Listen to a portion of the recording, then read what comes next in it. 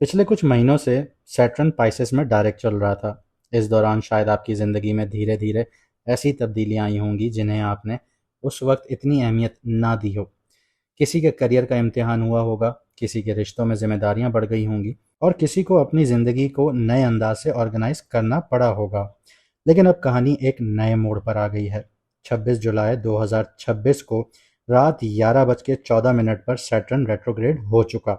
अक्सर लोग Saturn retrograde को सिर्फ डिलेज या प्रॉब्लम से जोड़कर देखते हैं, लेकिन क्लासिकल वैदिक एस्ट्रोलॉजी के मुताबिक सैटर्न रेट्रोग्रेड का असल मकसद सज़ा देना नहीं होता, बल्कि रिव्यू करवाना होता है। जो काम अधूरा रह गया था, जो जिम्मेदारियां नज़रअंदाज हुई और जो सबक अभी तक मुकम्मल नहीं हुआ, सैटर्न उसी चैप्टर को दोबारा खोलने आया है। लेकिन इस दफ़ा का सैटर्न जो रेट्रोग्रेड है, एक और वजह से बहुत ख़ास है। रेट्रोग्रेड की शुरू के चंद दिनों में मार्स टॉरस में मौजूद होगा और सैटर्न की तीसरी नज़र सीधी मार्स पर होगी। यानी इस ट्रांजिट की शुरुआत ही एक्शन और डिसिप्लिन के दरमियान एक ताकतवर तकरार से होगी। मार्स हर चीज़ में जल्दी करवाना चाहेगा, क्योंकि मार्स की नेचर ही एक्शन लेना है, जबकि सैटर्न हर कदम को वक्त, सब्र और प्लानिंग के साथ देखना चाहेगा। और फिर 2 अगस्त को मार्स जेमिनी में एंटर कर जाएगा। यानी सैटर्न रेट्रोग्रेड का पहला हफ्ता और उसके बाद का सफर एक जैसा नहीं रहेगा। इसके साथ साथ एक और बहुत अहम बात आपके लिए समझना जरूरी है। सैटर्न इस वक्त पाइसिस में है और पाइसिस जुपिटर का घर है। सिर्फ इतना ही नहीं, सैटर्न अपनी 10th नज़र से सजिटेरियस को देख रहा है और सजिटेरियस भी जुपिटर का घर है। यानी सैटर्न इस वक्त जुपिटर के दोनों घरों में कार्मिक हिसाब को एक्टिव कर चुका है। लेकिन जुपिटर भी खामोश नहीं है। जुपिटर अपनी सबसे ताकतवर पोजीशन में है, यानी कैंसर में एग्जॉल्टेड है और अपनी 9th एस्पेक्ट से 9th नज़र से सीधा पाइसेस में बैठे सैटर्न को देख रहा है। यानी एक तरफ सैटर्न अकाउंटेबिलिटी मांग रहा है और दूसरी तरफ जुपिटर हिकमत, रहनुमाई और बेहतर फैसले करने की सलाहियत भी दे रहा है। इस वीडियो में हम सिर्फ ये नहीं देखेंगे कि सैटर्न किस घर में बैठा है, हम ये भी समझेंगे कि सैटर्न की तीसरी, 7वीं और 10वीं जो नज़र है आपके मून साइन के किन घरों को एक्टिवेट कर रही है। जुपिटर इस पूरे प्रोसेस को किस तरह सपोर्ट कर रहा है और अगले चंद महीनों में आपकी ज़िंदगी में कौन से कार्मिक चैप्टर्स दोबारा खुलने वाले हैं। लेकिन उससे पहले अगर आपको अपना मून साइन नहीं पता तो कमेंट सेक्शन में अपनी ओरिजिनल डेट ऑफ बर्थ लिखिए, आपको आपका मून साइन बता दिया जाएगा। और जो लोग ज़िंदगी की मुश्किलात से तंग हैं, करियर में अपलिफ्टमेंट नहीं मिल रही, प्रमोशंस नहीं हो रहे, ग्रोथ नहीं हो रही, बॉस तंग कर रहे हैं, घर के मसाइल चल रहे हैं, घरों में सुकून नहीं मिल रहा, पार्टनर के साथ अलाइनमेंट नहीं हो रही, तो स्क्रीन पे दिया गया व्हाट्सएप नंबर है, आप व्हाट्सएप पर मैसेज करके अपॉइंटमेंट बुक करवा सकते हैं। फीस 50% ऑफ है लिमिटेड टाइम के लिए, और याद रखिएगा स्लॉट्स भी लिमिटेड होते हैं। तो आइए वैदिक एस्ट्रोलॉजी के असूलों के मुताबिक हर मून साइन के लिए सैटर्न रेट्रोग्रेड को गहराई से समझते हैं। अब बात करते हैं पाइसेस मून साइन वालों की। तो पाइसेस के लिए फर्स्ट हाउस में ही सैटर्न रेट्रोग्रेड हो रहा है। अब जिंदगी का सबसे अहम चैप्टर शुरू होने जा रहा है आप लोगों के लिए। अब ख्वाबों से ज़्यादा जिम्मेदारियां और जज्बात से ज़्यादा रियलिटी आपका इंतज़ार कर रही है, क्योंकि आप लोगों की पर्सनालिटी ऐसी है कि आप लोग ख्वाबों की दुनिया में ज़्यादा रहना पसंद करते हैं। आइडेंटिटी और पूरी ज़िंदगी की डायरेक्शन का घर जो है वो अब रेट्रोग्रेड हो रहा है आप लोगों का। रेट्रोग्रेड हो क्या रहा है, हो चुका है आप लोगों के लिए। और सिर्फ इतना ही नहीं, आप इस वक्त साढ़े साथी के दूसरे फेज में हैं, जो कि सबसे इंटेंस मरहला है। तो पिछले कुछ अरसे में शायद आपको महसूस हुआ हो कि ज़िंदगी पहले जैसी आसान नहीं रही। जिम्मेदारियां बढ़ गईं, कुछ रिश्ते बदल गए, कुछ प्लान्स डिले हुए और कई दफ़ा ऐसा लगा कि हर चीज़ बहुत धीरे धीरे चल रही है या 99.9% पर आके फेल हो रही है और दोबारा मुझे 0% पर खड़ा कर रही है। लेकिन अब सैटर्न रेट्रोग्रेड एक बहुत गहरा सवाल पूछेगा आपसे। आप वाकई कौन हैं? ये सबसे इम्पोर्टेंट चीज़ है, जो कि आपको अपने आप को जानना है और आने वाले 10 सालों में किस शख्सियत के साथ जीना चाहते हैं।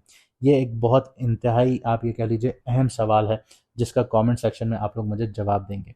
ये सिर्फ सर्कमस्टांसेस का रिव्यू नहीं होगा, ये आपकी पूरी पर्सनालिटी का रिव्यू होगा। साढ़े साथी का दूसरा मरहला, उसको हम डिस्कस करें तो क्लासिक एस्ट्रोलॉजी के हिसाब से साढ़े साथी का जो दूसरा मरहला होता है अक्सर सबसे ज़्यादा इंटेंस माना जाता है, क्योंकि सैटर्न सीधा मून के ऊपर से गुजर रहा होता है।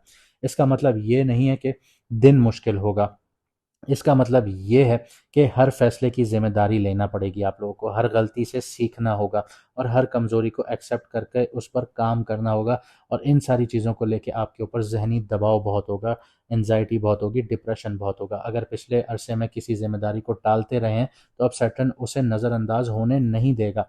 लेकिन अगर आपने मेहनत की है तो यही सैटर्न आपको अंदर से बहुत मजबूत करता चला जाएगा।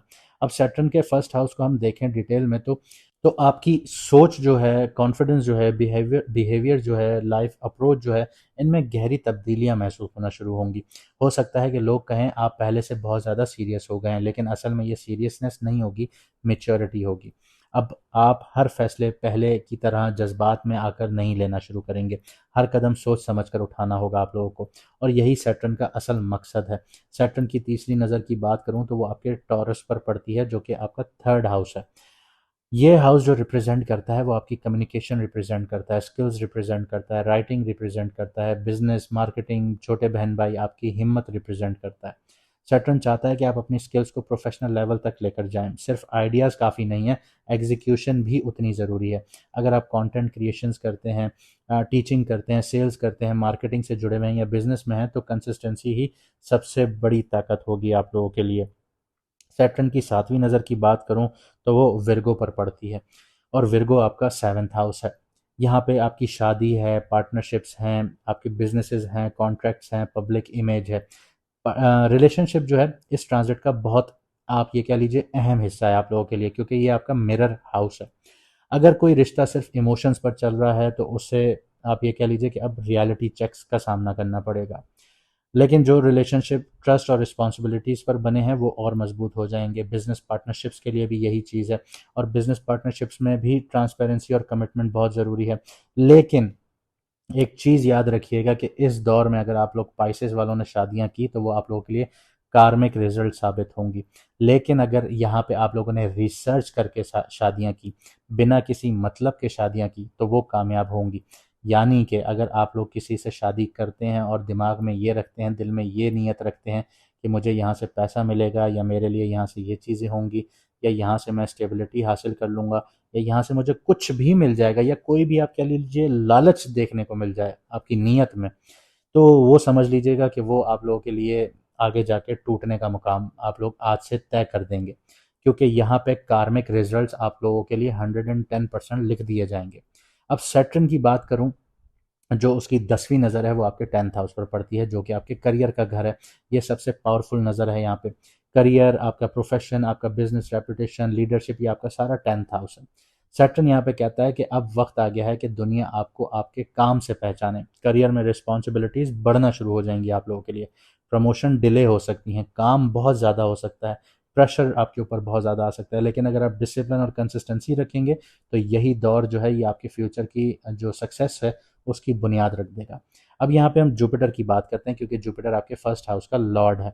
और ये जो जुपिटर की मैं यहाँ बात कर रहा हूँ, क्योंकि जुपिटर के लिए मैंने अलग सीरीज़ भी बनाई थी, लेकिन जुपिटर की यहाँ पे बात करना इसलिए इम्पॉर्टेंट है क्योंकि जुपिटर का यहाँ पे बहुत बड़ा इन्फ्लुएंस आ जाता है। क्योंकि सैटर्न जुपिटर के घर में बैठा है और जुपिटर के दूसरे घर को देख रहा है, और जुपिटर जो है वो सैटर्न को देख रहा है। तो इसलिए जुपिटर जो बैठा है वो आपके फिफ्थ हाउस में बैठा है, कैंसर में बैठा है। यानी आपकी इंटेलिजेंस, क्रिएटिविटी, एजुकेशन, बच्चे, रोमांस, फ्यूचर प्लानिंग, इन सारी चीज़ों को एक्सपेंड कर रहा है। लव अफेयर भी बढ़ा रहा है आप लोगों के लिए। साथ ही अपनी नाइन्थ एस्पेक्ट से सैटर्न को देख रहा है, जो आपका फर्स्ट हाउस है, उसको सपोर्ट कर रहा है। इसका मतलब ये है कि जब सैटर्न आपको डिसिप्लिन सिखाएगा, जुपिटर आपको सही फैसले करने की हिकमत भी देता रहेगा। अगर आप लर्निंग, एजुकेशन, क्रिएटिव वर्क या स्किल डेवलपमेंट पर फोकस करेंगे तो यही जुपिटर जो है सैटर्न के प्रेशर को प्रोडक्टिव डायरेक्शन में लेकर चला जाएगा।